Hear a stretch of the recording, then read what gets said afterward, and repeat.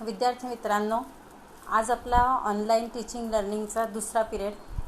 मागच्या पिरियडला तुम्हाला मी सिलेबस स्ट्रक्चरबद्दल माहिती दिली होती. आजच्या पिरियडला आपला या टर्मचा जनरलचा सिलेबस कोणता आहे तर तो मी तुम्हाला सांगणार आहे. त्याची थोडक्यात माहिती तुम्हाला देणार आहे आणि पुढच्या पिरियडपासून आपण पहिल्या चॅप्टरला सुरुवात करणार आहोत.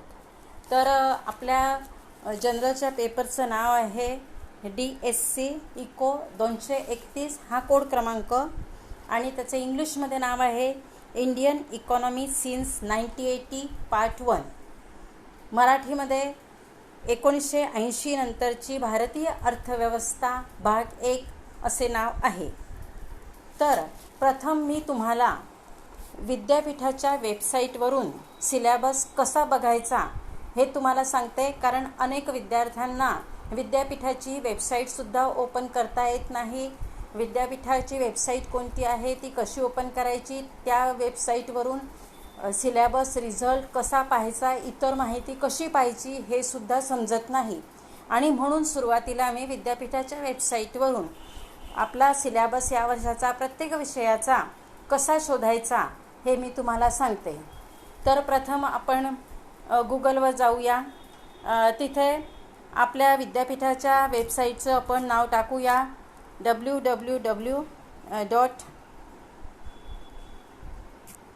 kbcnmu.com.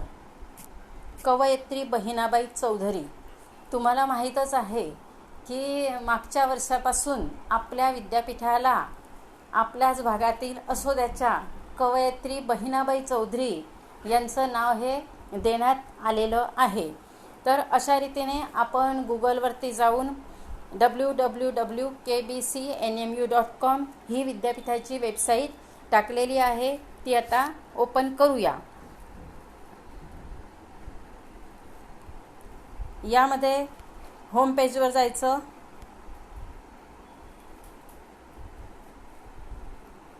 होम पेजवर गेल्यानंतर सिलेबीमध्ये जायचं. सिलेबीवर क्लिक करायचं. सिलेबीवर क्लिक केल्यानंतर इथे वरती एक चार्ट तुम्हाला दिसत आहे. या चार्टमध्ये 2 नंबरचं ह्युमॅनिटीज असा उल्लेख केलेला आहे. तर या ह्युमॅनिटीजवर क्लिक करायचं, कारण आपला जो इकॉनॉमिक्सचा विषय आहे तो ह्युमॅनिटीज या भागामध्ये मोडतो आणि म्हणून केव्हाही आपल्या विषयाचा सिलेबस किंवा रिझल्ट बघण्यासाठी आपण ह्युमॅनिटीजवर जायचं आहे. तर आता ह्युमॅनिटीजवर आपण क्लिक करूया. ह्युमॅनिटीजवर क्लिक केल्यानंतर आपण इथे आपला वर्ग शोधूया. SYBA वर्ग आपल्याला शोधायचा आहे आणि SYBAचा आपल्याला करंट सिलेबस बघायचा आहे, कारण करंट सिलेबसवरच आपल्याला परीक्षा द्यायची आहे. मागचा सिलेबस बघून उपयोग नाही, कारण मागील काळातला सुद्धा सिलेबस याच्यामध्ये दिलेला आहे. तरीसुद्धा आपल्याला करंट सिलेबस बघायचा आहे, चालू सिलेबस बघायचा आहे. मागील वर्षापासून SYBAचा सिलेबस विद्यापीठाने बदलवलेला आहे. मागील वर्ष म्हणजे 2019-20, म्हणून आपण 2019-20 वर जाऊया आणि आपलं SYBA इकॉनॉमिक्स हा विषय शोधूया.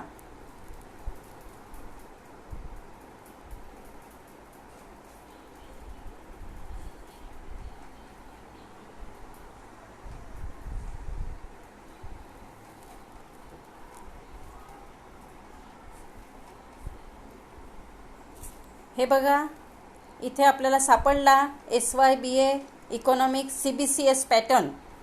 इथे क्लिक करूया. इथे क्लिक केल्यावरती आपला सिलेबस ओपन होईल.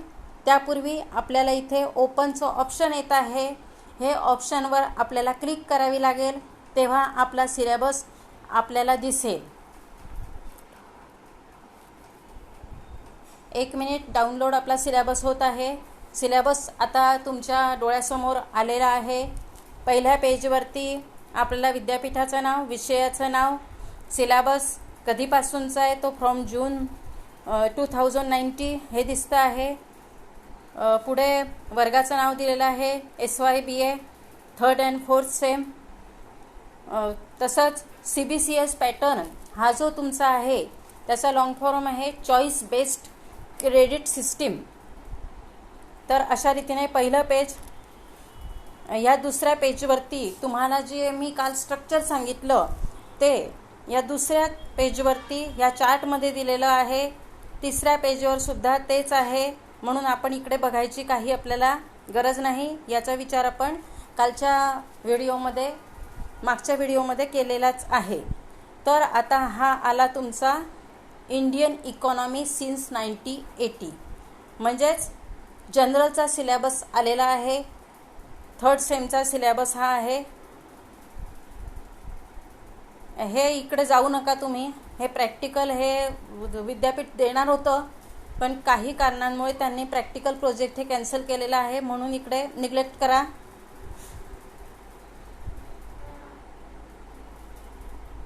हा सेमिस्टर 4चा जनरलचा सिलेबस आहे. याची आपल्याला सध्या गरज नाही, पण तुम्हाला माहितीसाठी मी हा दाखवत आहे. याच्याकडे पण जाऊ नका, लक्ष देऊ नका. प्रॅक्टिकल आता तुम्हाला नाही आहे. पुढचं आलं ॲग्रिकल्चर इकॉनॉमिक्स. हा तुमचा S1चा सिलेबस आहे.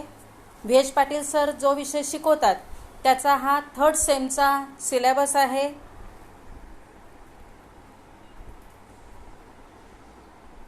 हा 4th सेमचा सिलेबस आहे. S1चा ॲग्रिकल्चर इकॉनॉमिक्सचा 4th सेमचा सिलेबस आहे.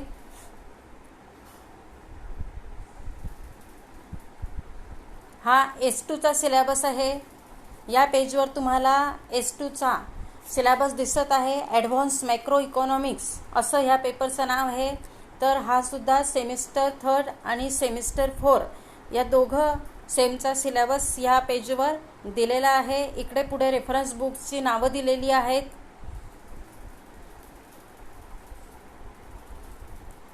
हा पुढचा आहे. तुम्हाला जे सांगितलं होतं की स्किल इन्हान्समेंटचा एक पेपर तुम्हाला द्यावा लागणार आहे आणि स्किल इन्हान्समेंटमध्ये तुम्हाला रिसर्च मेथोडॉलॉजीचा अभ्यास करायचा आहे. तर रिसर्च मेथोडॉलॉजीचा हा सिलेबस सेमिस्टर 3rdचा दिलेला आहे. त्याचप्रमाणे पुढच्या पेजवरती सेमिस्टर 4चा सिलेबस हा रिसर्च मेथोडॉलॉजीचा देण्यात आलेला आहे. पुढच्या पेजवर रेफरन्स बुकची नावं दिलेली आहेत. याचासुद्धा तुम्ही अभ्यास करून ती पुस्तकं लायब्ररीमध्ये बघायची आहेत आणि अभ्यासाला सुरुवात करायची आहे. त्याचप्रमाणे पुढचा हा जो सिलेबस आहे हा आपला नाही. इकडे आता आपण काही जायची गरज नाही, कारण पुढचे जे पेपर्स असतात ऑप्शनचे तर त्या पेपरचा पुढे सिलेबस दिलेला आहे, तिकडे आपण लक्ष द्यायची गरज नाही. तर अशा रीतीने S1, S2 आणि जनरलचा सिलेबस आपण आपल्या वेबसाईटवरती कसा बघायचा, तो कसा शोधायचा हे बघितलेलं आहे. आणि आता तुम्ही स्वतः ज्यांना बघता येत नाही असे विद्यार्थीसुद्धा आपला सिलेबस विद्यापीठाच्या वेबसाईटवर जाऊन बघू शकणार आहे. तर आता पुढचा मुद्दा म्हणजे आता या टर्मला जनरलला आपल्याला काय शिकायचं आहे, आपला सिलेबस कोणता आहे याचा विचार आता आपण करूया. थोडक्यात मी तुम्हाला माहिती देते. आणि हा सिलेबस जरी तुम्हाला मी कसा शोधायचा, कसा बघायचा हे जरी सांगितलं असलं तरीसुद्धा मी हा सिलेबस तुम्हाला फॉरवर्ड करणारच आहे. व्हिडिओमध्ये सुद्धा याचा समावेश आपण राहू देऊ आणि एक व्हॉट्सअपवर किंवा गुगल क्लासरूमवर सुद्धा सिलेबस मी फॉरवर्ड करणारच आहे. आणि महत्त्वाचं म्हणजे हा सिलेबस इंग्लिशमध्ये दिलेला आहे, कारण आपली राष्ट्रभाषा इंग्लिश आहे आणि इंग्लिश सर्वांना येतं असं गृहीत असतं आणि म्हणून हा सिलेबस इंग्लिशमध्ये दिलेला आहे. जर तुम्हाला त्यातला काही अर्थ वगैरे नाही कळला तर तुम्ही केव्हाही विचारू शकतात, म्हणजे तुम्हाला त्या सिलेबसमधल्या मुद्द्याचा अर्थबोध होणार आहे.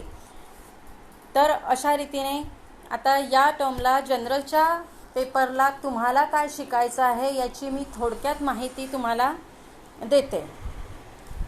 तर या सेमला तुम्हाला जनरलच्या पेपरला 3 चॅप्टर्स आहेत. त्यातलं पहिलं चॅप्टर्स आहे भारतीय अर्थव्यवस्था आणि भारतातील मानवी साधन संपत्ती. तर यामध्ये आपल्याला काय काय मुद्द्यांचा विचार करायचा आहे त्याचा विचार करूया. तर त्यातला पहिला मुद्दा आपल्याला घ्यायचा आहे की भारतीय अर्थव्यवस्थेची मूलभूत वैशिष्ट्य कोणती, बेसिक फीचर्स कोणती आहे भारतीय अर्थव्यवस्थेची, याचा अभ्यास आपल्याला ह्या पहिल्या मुद्द्यामध्ये करायचा आहे. एक थोडक्यात तुम्हाला सांगते की भारतीय अर्थव्यवस्थेची मूलभूत वैशिष्ट्य म्हणजे भारतीय अर्थव्यवस्था मिश्र अर्थव्यवस्था आहे किंवा तिला आपण संमिश्र अर्थव्यवस्था म्हणतो, की या अर्थव्यवस्थेमध्ये खाजगी क्षेत्र, सरकारी क्षेत्र आणि सहकारी क्षेत्र यांचं अस्तित्व आपल्याला दिसून येतं, म्हणून आपण तिला मिश्र अर्थव्यवस्था म्हणतो. त्याचप्रमाणे आपली अर्थव्यवस्था ही विकसनशील अर्थव्यवस्था आहे, पूर्णपणे विकसित नाही, तसंच पूर्णपणे ती अविकसितही नाही, तर ती विकासाच्या मार्गाने वाटचाल करत आहे, विकासाच्या दृष्टीने प्रयत्नशील आहे. तसंच आपली अर्थव्यवस्था ही वेगाने विकास पावणारी अर्थव्यवस्थासुद्धा आहे. जागतिक अर्थव्यवस्थेचा तुलना केली तर भारतीय अर्थव्यवस्था ही जगातील 4थ्या क्रमांकाची फार मोठी अर्थव्यवस्था आहे असं म्हटलं जातं. आणि जर मागील काळाचा जर विचार केला तर भारतीय अर्थव्यवस्थेचा विकास निश्चित होत आहे.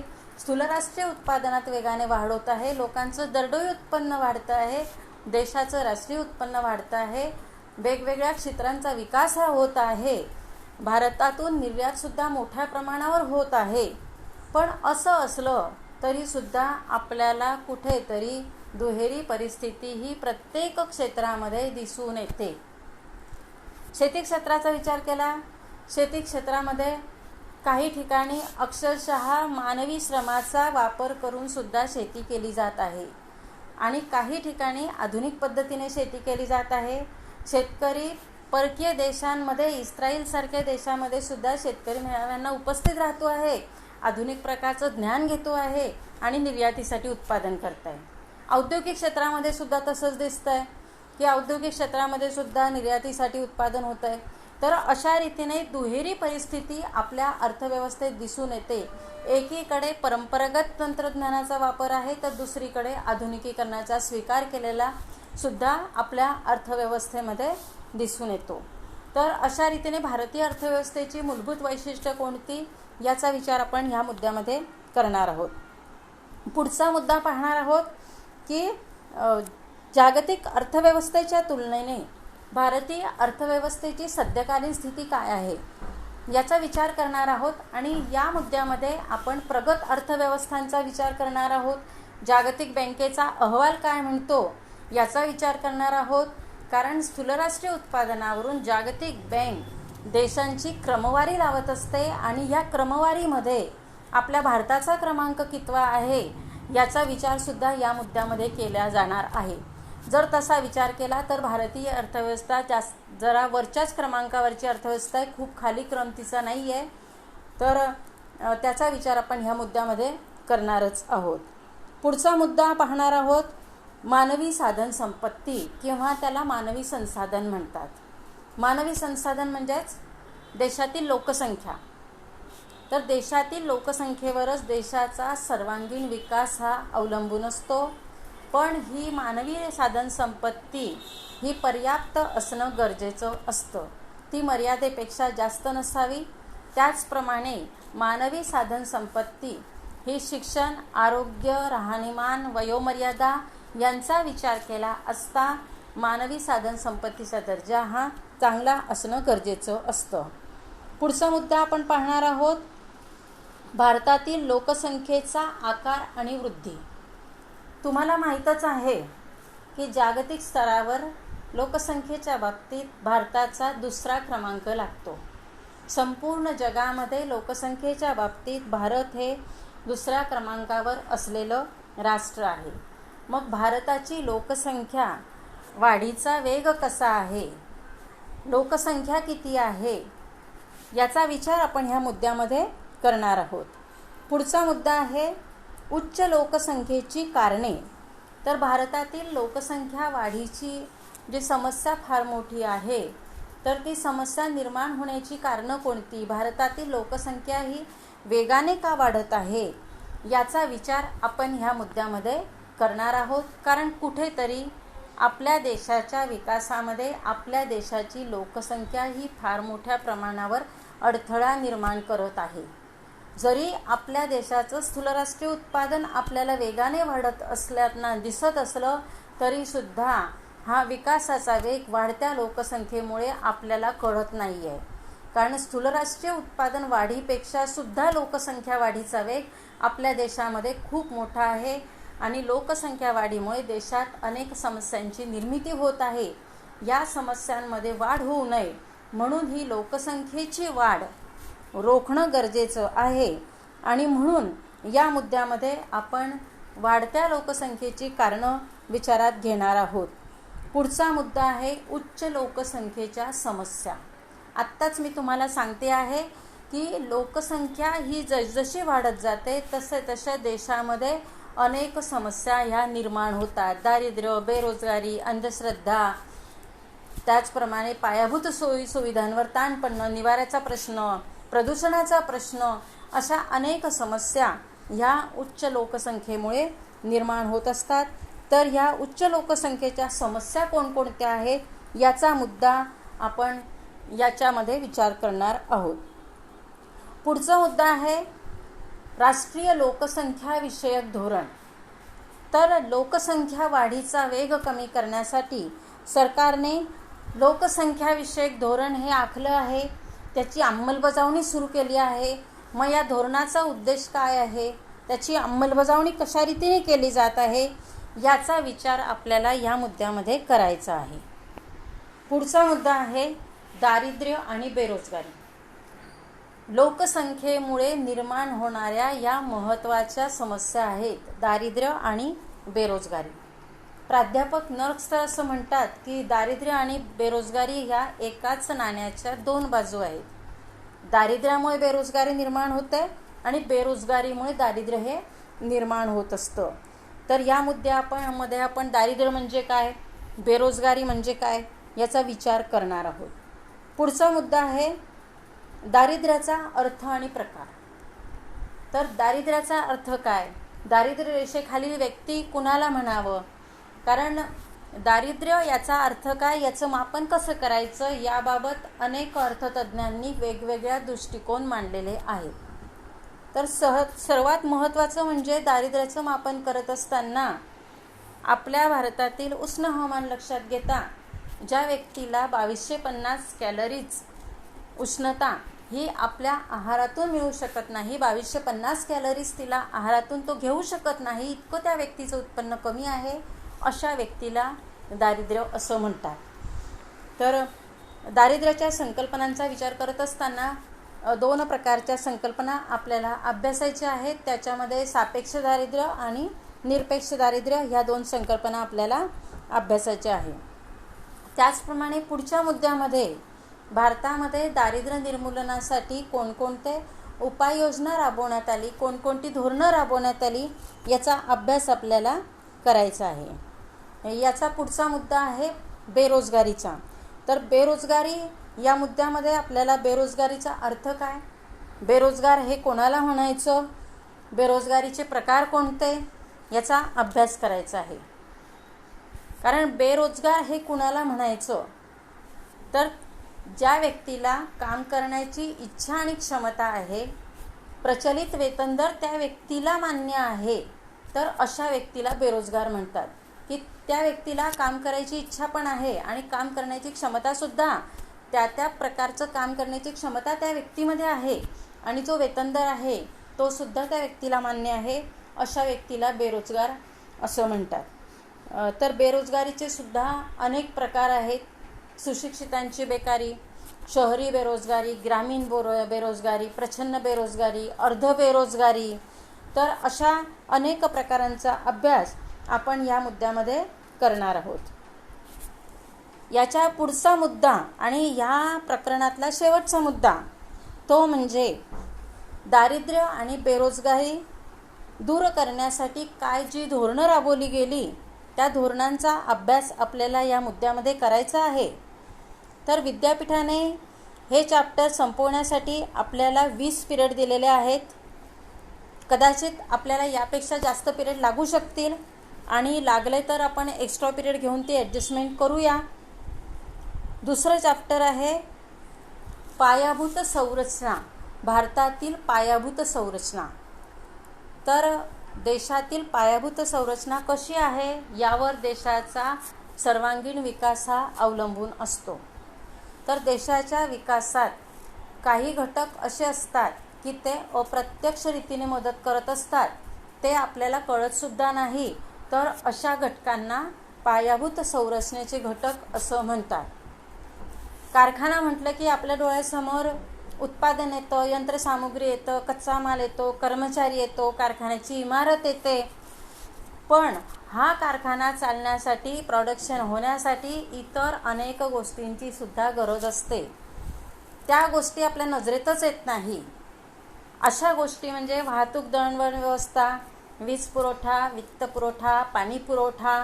तर या ज्या गोष्टी आहेत की ज्या विकासासाठी आवश्यक असतात, तर अप्रत्यक्ष रीतीने त्या उत्पादन कार्यात सहभागी होत असतात, अशा घटकांना, अशा बाबींना पायाभूत संरचना असं म्हणतात.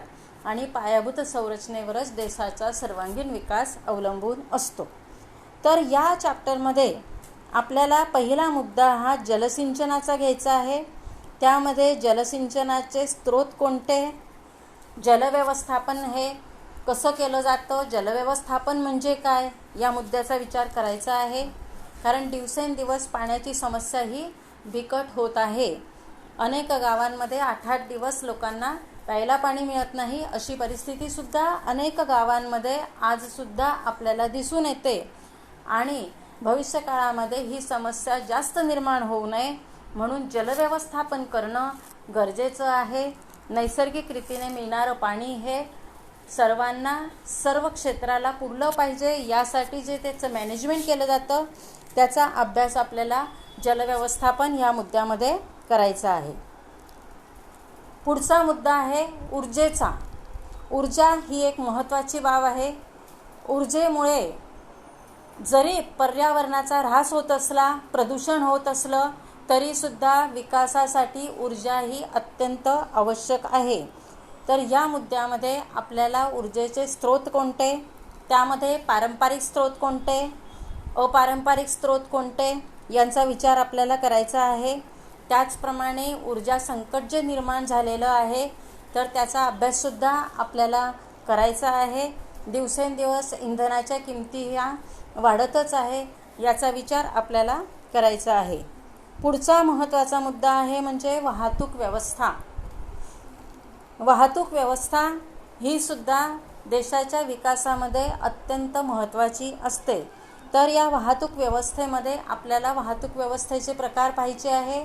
त्यामध्ये आपल्याला रस्ते वाहतुकीचा विचार करायचा आहे, रेल्वे वाहतुकीचा विचार करायचा आहे, जलवाहतुकीचा करायचा आहे, विमान वाहतुकीचा करायचा आहे. आणि ह्या चारही प्रकारच्या वाहतुकींच्या समस्या कोणत्या, रस्ते वाहतुकीच्या समस्या कोणत्या, रेल्वे वाहतुकीच्या समस्या कोणत्या, जलवाहतुकीच्या समस्या कोणत्या, विमान वाहतुकीच्या समस्या कोणत्या, यांचा आपल्याला अभ्यास करायचा आहे. कारण प्रत्येक वाहतुकीच्या ह्या अनेक प्रकारच्या समस्या आहेत. तर त्या समस्या कोणकोणत्या यांचा विचार आपल्याला या मुद्द्यामध्ये करायचा आहे. पुढचा मुद्दा आहे संदेशवहन आणि माहिती तंत्रज्ञान. तर संदेशवहन आणि माहिती तंत्रज्ञान या मुद्द्यामध्ये आपल्याला संदेशवहनाचे प्रकार, तर या प्रकारांमध्ये आपण पूर्वी जे संदेशवहनासाठी साधनं वापरली जात होती त्यांचासुद्धा थोडक्यात विचार करणार आहोत. आणि आधुनिक काळामध्ये संदेशवहनासाठी कोणती साधने वापरली जातात यांचासुद्धा विचार करणार आहोत. आता जे आपलं लेक्चर चालू आहे हे केवळ संदेशवहनामुळेच, संदेशवहन माध्यम विकसित झालं नसतं तर आपल्याला आज शिक्षण थांबवावं लागलं असतं. पूर्णपणे कोरोनाचा नायनाट झाल्याशिवाय, कोरोनाची समस्या दूर झाल्याशिवाय आपल्याला कॉलेज सुरू करता आलं नसतं, पिरियड सुरू करता आलं नसतं. पण संदेशवहनाच्या प्रगतीमुळेच आज आपण, तुम्ही जरी माझ्यापासून खूप लांब असलात तरीसुद्धा मी इथून तुम्हाला शिकवत आहे, तुम्ही मन लावून तिथं ऐकत आहात. हे केवळ संदेशवहन क्षेत्राच्या प्रगतीमुळे. तर अशा रीतीने या मुद्द्यामध्ये आपण संदेशवहन म्हणजे काय, माहिती तंत्रज्ञान म्हणजे काय, त्यांचे प्रकार कोणते याचा अभ्यास करणार आहोत. या चॅप्टरमधला शेवटचा मुद्दा म्हणजे माहिती तंत्रज्ञानाची भारताच्या विकासातील भूमिका. तर या मुद्द्याचा विचार आपण करणार आहोत की माहिती तंत्रज्ञान हे भारताच्या विकासाच्या दृष्टीने कसं उपयुक्त ठरलेलं आहे. भारतामध्ये माहिती तंत्रज्ञान क्षेत्राची प्रगती ही कशी वेगाने होत आहे याचा विचार आपण ह्या मुद्द्यामध्ये करणार आहोत. तर अशा रीतीने हे 2 चॅप्टर झाले. आता शेवटचं 3रं चॅप्टर ते आहे शेती क्षेत्रातील मुख्य बाबी. तर शेती हे एक महत्त्वाचं क्षेत्र आहे. भारतीय अर्थव्यवस्था ही शेतीप्रधान आहे. जवळजवळ 67% लोकांचा उदरनिर्वाह हा प्रत्यक्ष आणि अप्रत्यक्षपणे शेतीवरच अवलंबून आहे आणि म्हणून शेती क्षेत्र हे अतिशय महत्त्वाचं आहे. शेती क्षेत्राचा विकास हा बऱ्याच प्रमाणात औद्योगिक क्षेत्रावर अवलंबून असतो आणि औद्योगिक क्षेत्राचा विकास हा प्रामुख्याने शेती क्षेत्रावरती अवलंबून असतो. कितीही यांत्रिक तांत्रिक प्रगती झाली तरीसुद्धा शेती ही टिकणं गरजेचं आहे, कारण सर्व लोकसंख्येला अन्नधान्य पुरवण्याचं कार्य शेती क्षेत्रच करत आहे. तर या प्रकरणामध्ये आपल्याला 6 मुद्द्यांचा विचार करायचा आहे. त्यातला पहिला मुद्दा आहे भारतीय अर्थव्यवस्थेतील शेतीची भूमिका. तर भारतीय अर्थव्यवस्थेतील शेतीची भूमिका किंवा शेतीचं महत्त्व असा सुद्धा तुम्हाला प्रश्न एखाद वेळेला येऊ शकतो. तर भारतीय अर्थव्यवस्थेचा जर विचार केला तर भारतीय अर्थव्यवस्थेतील राष्ट्रीय उत्पन्नात शेती क्षेत्रातील उत्पन्नाचा वाटा हा जास्त आहे. 67% लोकांचा उदरनिर्वाह शेतीवर प्रत्यक्ष आणि अप्रत्यक्षपणे अवलंबून असतो. मी तुम्हाला आत्ताच सांगितलं त्याचप्रमाणे असंख्य लोकांना रोजगार देणारं हे क्षेत्र आहे. आणि महत्त्वाचं म्हणजे शेती क्षेत्रामध्ये काम करण्यासाठी विशेष शिक्षणाची प्रशिक्षणाची गरज नसते. कोणीही शेती क्षेत्रामध्ये काम करू शकतो. थोड्याफार अनुभवाने शेतीची कामंसुद्धा कुणालाही करता येतात आणि म्हणून शेती क्षेत्रामध्ये असंख्य लोकांना रोजगारसुद्धा मिळतो. त्याचप्रमाणे अनेक उद्योग व्यवसाय हे शेती क्षेत्रावरती अवलंबून आहे. अनेक उद्योगांना लागणारा कच्चा माल हा शेतीतून मिळतो आणि म्हणून ते उद्योग शेतीवर अवलंबून आहे.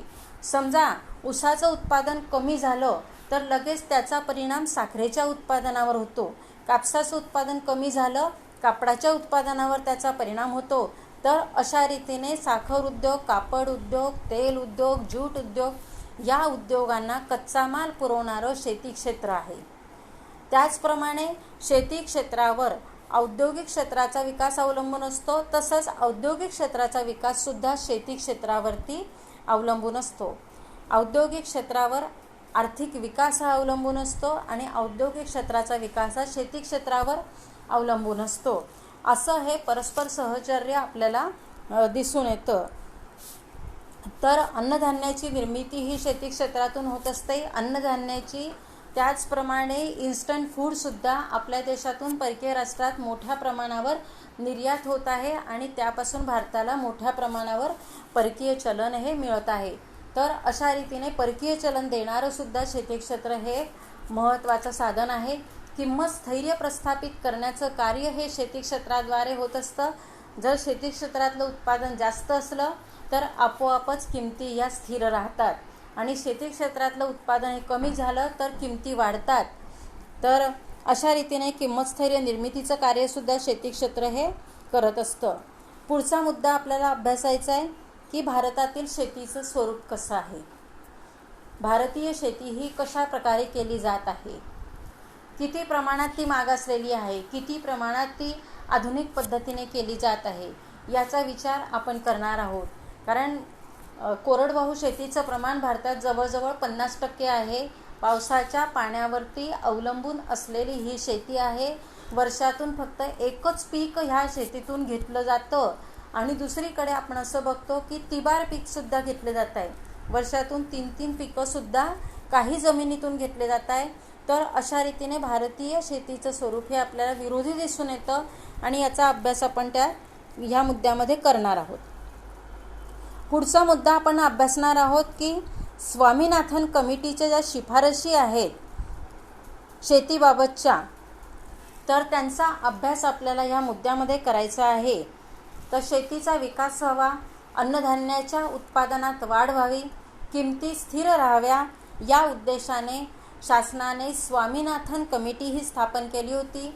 म्हणजेच या कमिटीचे अध्यक्ष हे स्वामीनाथन होते आणि म्हणून त्या कमिटीला स्वामीनाथन कमिटी असं नाव दिलेलं आहे.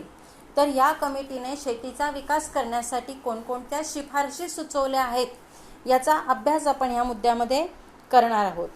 पुढचा मुद्दा आहे कृषी वित्त. कृषी वित्त ह्या मुद्द्यामध्ये आपल्याला शेतीला वित्तपुरवठा कोणकोणत्या मार्गाने केला जातो. कोणताही व्यवसाय असो, शेती हा सुद्धा एक व्यवसाय आहे. तर या व्यवसायाला, शेतीसारख्या व्यवसायाला सुद्धा भांडवलाची, वित्ताची गरज असते. मग वेगवेगळ्या संस्थांद्वारे, बँकांद्वारे शेतीला वित्तपुरवठा होत असतो.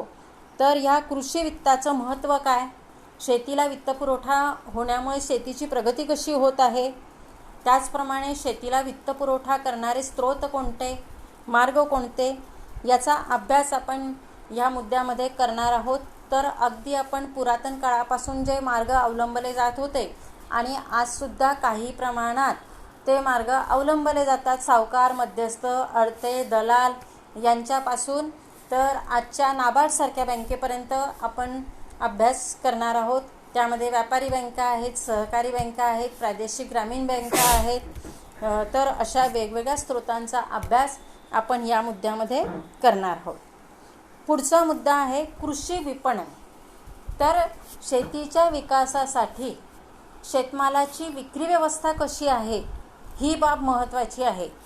कारण शेतकरी दिवसरात्र उन्हातान्हात पावसात राबून उत्पन्न काढत असतो, पण त्या उत्पादनाला जर योग्य भाव मिळाला तरच त्याला पुन्हा उत्पादन करण्याची प्रेरणा मिळते.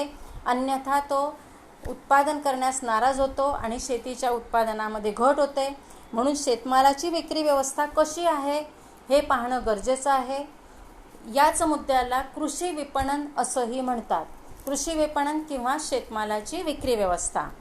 तर या मुद्द्यामध्ये आपण शेतमालाच्या विक्री व्यवस्थेचे दोष कोणते आहेत, त्याचप्रमाणे हे दोष घालवण्यासाठी शासनाने कोणकोणते उपाय योजलेले आहेत, नियंत्रित बाजार, सहकारी बाजार या प्रकारचे, किंवा गोदाम वखार मंडळाची स्थापना वगैरे असे जे उपाय योजलेले आहे त्यांचा विचार हा आपण करणार आहे.